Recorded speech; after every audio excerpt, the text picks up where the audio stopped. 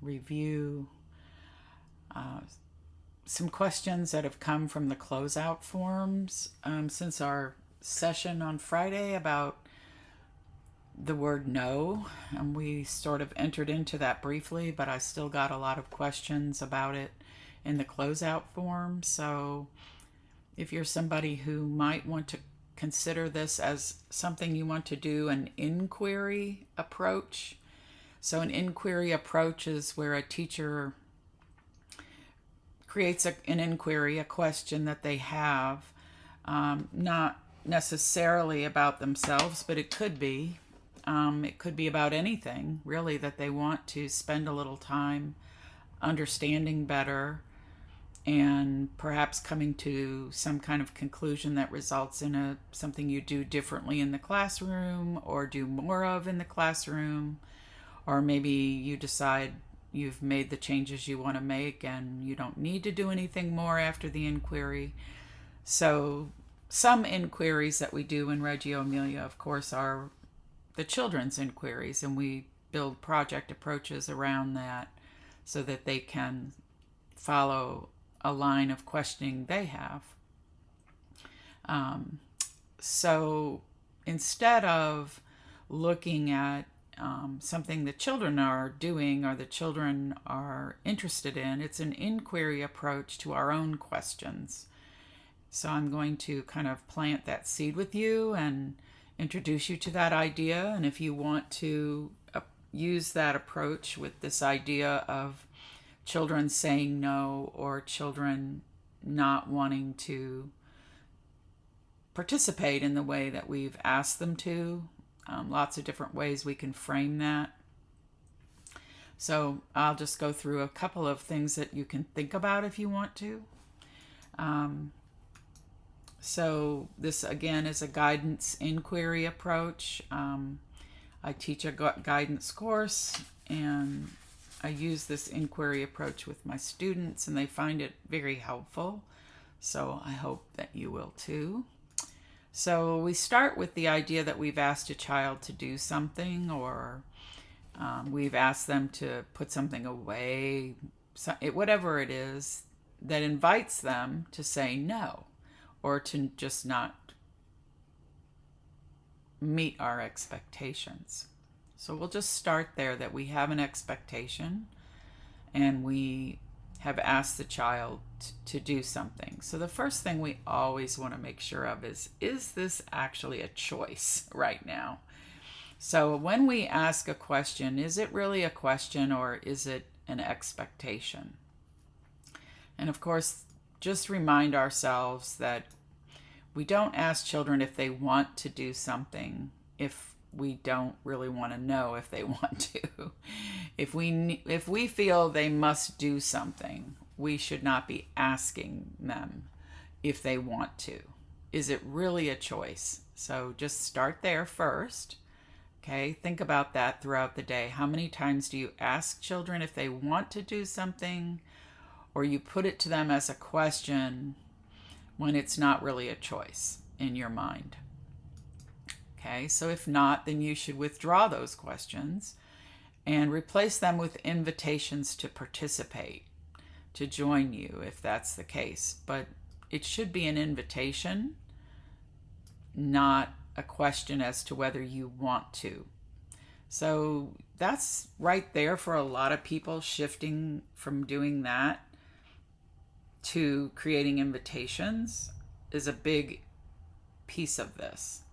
So just think about that for a moment. You might want to spend a month just noticing in yourself how often you do that. You don't have to try to change anything. You can just start by noticing when you do it. And then maybe we can work on building new ways of interacting that are invitations rather than questions that aren't really questions. Sorry.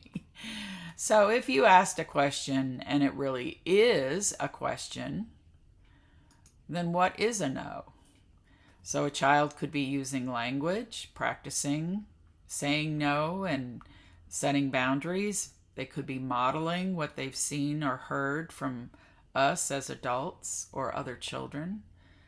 It could be mirror neurons, so they're basically modeling again. They could be establishing boundaries. They could be establishing mastery over something, safety, freedom, connection. It could be any number of things. All of them are well within developmentally what we would consider appropriate. So again, I'm going to say it's developmentally appropriate for a child to do all of these things. And one of the things that we need to consider ourselves is our own boundaries and their boundaries. So what response am I having? What are my boundaries about children saying no? Does something happen in my body? Does my heart race? Do I feel something about it? Do I think something about it? Does it cause me to have certain thoughts? So if you have something happening in your body when this is, I'm just highlighting that there. So if something's happening in your body, then you're having a deep response to this. A physical response means you could be tired, you could be hungry just like them, you could be not in the best mood. So, or it could be something where deep down inside of you, you do not think children should be able to say no to adults. Many of us have that because of the way we were raised. So those are things to be aware of at this point. I would not advise anybody to do anything more after this little video other than do an inquiry into awareness. How often does this happen for me? What's happening for me around this? And then after that, you can say, how does the no feel now? Give yourself time. See yourself not reacting right away or at all. So you can start to envision the reaction you want to have. Remember that when you begin to ignore this, let's say you do get to a point where you want to try to ignore this no. You've decided that you're going to work with it that way. Remember that children who experience changes in us, where they've gotten a connection reaction from us, and now we're not connecting that way, they may increase the behavior because remember, the brain is searching for the serve return experience. And if it serves the same thing over and over but doesn't get the same return it's used to, it will seek other ways to connect, or it may increase the number of times it seeks to connect that way. So you might want to also replace the idea that the child is seeking attention with the child is seeking connection, and that it's not negative. It's not a negative thing to want to connect. The ways in which children connect are learned. They learn what causes us to respond to their serve to us, right? So we have taught them this, or someone has, maybe not us, but someone has taught them that this is a way to connect. That's not their choice. It's ours as adults. So we have to figure out how to work with that and find other ways to give them.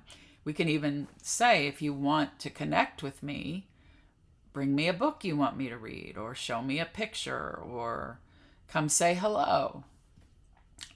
There just can be other ways we can help children understand their desire to be connected and to reinforce the idea that it's a good thing to want to connect.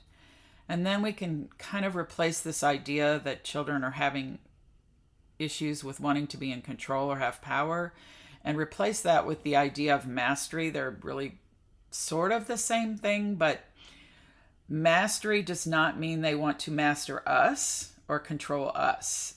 So what mastery means is that they want to practice and master a skill.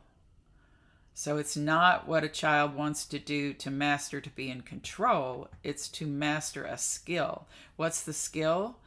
Usually the skill of saying no is a language thing or a boundary setting thing. So it's a developmental agenda. And if we can give kids other language, it's fine. Although being able to say no to something is an important skill as well. So just keep that in mind. So something else to do is to ask ourselves, do we want our children to be able to say no someday, to set boundaries? And if so, what do they need to be able to do right now? Do we want to respect their no's? I think it's really important that we do. So just keep that in mind as you're thinking about this. What does no mean in terms of executive function? So we know the brain is in the seed stages of executive function.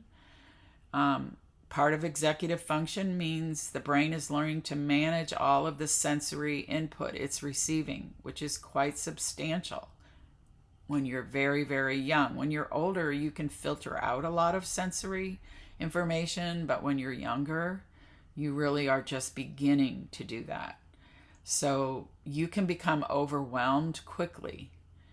And is the no part of this stage of executive function?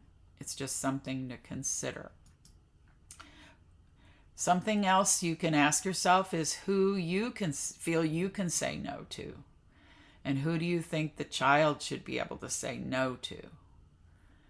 And were you allowed to say no to anything as a child? Many of us were not. If we were, it was, we could say no to vanilla ice cream and say yes to chocolate or something of that nature. Some of us didn't even have that. So I would say, if you were not allowed to say no to an adult, especially as a child, that part of what you're experiencing now is that you feel it's wrong for a child to say no to an adult, and you're grappling with that. Just a reminder that for a very young child, that's actually not what's happening. This young child, this baby, and that's anybody under the age of 3 and even 4-year-olds to some degree because of COVID. These are young children. They are not, their perception of us is, I don't have to respect you. I don't have to do what you ask me. This is not what's happening for them. They more likely are just modeling. And if they've been at home through COVID, they've probably heard no a lot. Let's be honest. Understandably, parents are frustrated. Parents were scared. They may have said no to things just to protect their children from COVID. So just keep that in mind. Keep the idea in mind that you may have some feelings about children saying no to adults that are causing you difficulty. And another thing we can look at is, I believe at the end of our training, we kind of talked about this, that when children are using no as a boundary inquiry, or you want to establish a boundary, it's really easy to say not now instead of no, and then tell them when they can do it. If you never want them to do it, you can use the words, I care too much about you to let you do that. Please be careful about telling children things are dangerous or not safe. We often use that when we want to opt out of letting them experience some risk management, risk assessment. But there are times when something is just flat out no. Instead of saying no, we can replace that with, I care too much about you to let you do that, and just remove the child and explain it to them. They may react and not be happy, and it's okay to, yeah, you're really mad that I won't let you do that. My 15-year-old son one time said to me, oh, I wish you didn't care about me so much, because he didn't want me to say no to him driving my car when he was 15. So it's okay to be mad about the no or the never because I care too much about you. And sometimes it's a maybe. Can we talk about it? Or sometimes we need time to think about it. I need a minute. I don't know yet whether you can do that. I have to think about that. And I think we often don't use that one because we don't want to have the child continually asking us, which is also understandable because we're human and we're tired sometimes, and we have, whoa, so many children in our classrooms. And let's just be really honest and say that our classrooms aren't really too full of young children. Even in the best of schools like Sacred Heart, these are a lot of young children in our care, and it can become overwhelming. So keep all this in mind. It's not really, I'm not really wanting to do this as a training as much as just something to think about. And I felt like I didn't get a chance to really talk as much about it in the training, as we always run out of time because we have a lot to think about. So that's okay. We get to the topics that we can, and then we'll, put them back on the list in October.